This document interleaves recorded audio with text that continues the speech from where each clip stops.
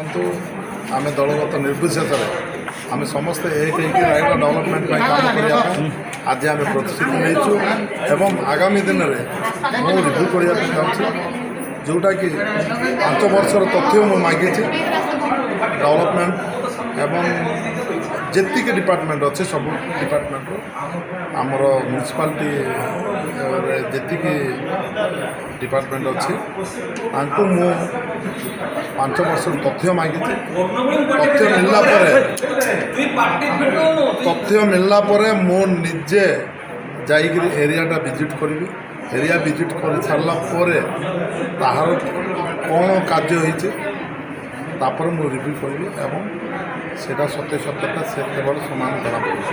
Sir କହିବେ ଦେଖନ୍ତୁ ଦିନେ ଦିନେ ତ ସରକାର ମନା କରୁଛେ ଡ୍ରେନେଜ୍ ସିଷ୍ଟମ୍ଟା ତାଙ୍କମାନେ ସୁପର ପ୍ଲାନିଂ ଗୋଟେ କରିବେ ତାପରେ ଡ୍ରେନେଜ୍ ସିଷ୍ଟମ୍ଟା ହୁଏ। ତ ଏବେ ଯେତିକି ମାଇନରିଟି କାମ ଅଛି ସେ ବିଷୟରେ ବି ଆମେ ଡିସ୍କସନ୍ କରାଯାଇଥିଲା ଏବଂ ସେ ଅନୁସାରେ ଏବେ ବର୍ଷା ଦିନରେ ସେ କାର୍ଯ୍ୟଟା ଆରମ୍ଭ ହୋଇଥିଲା।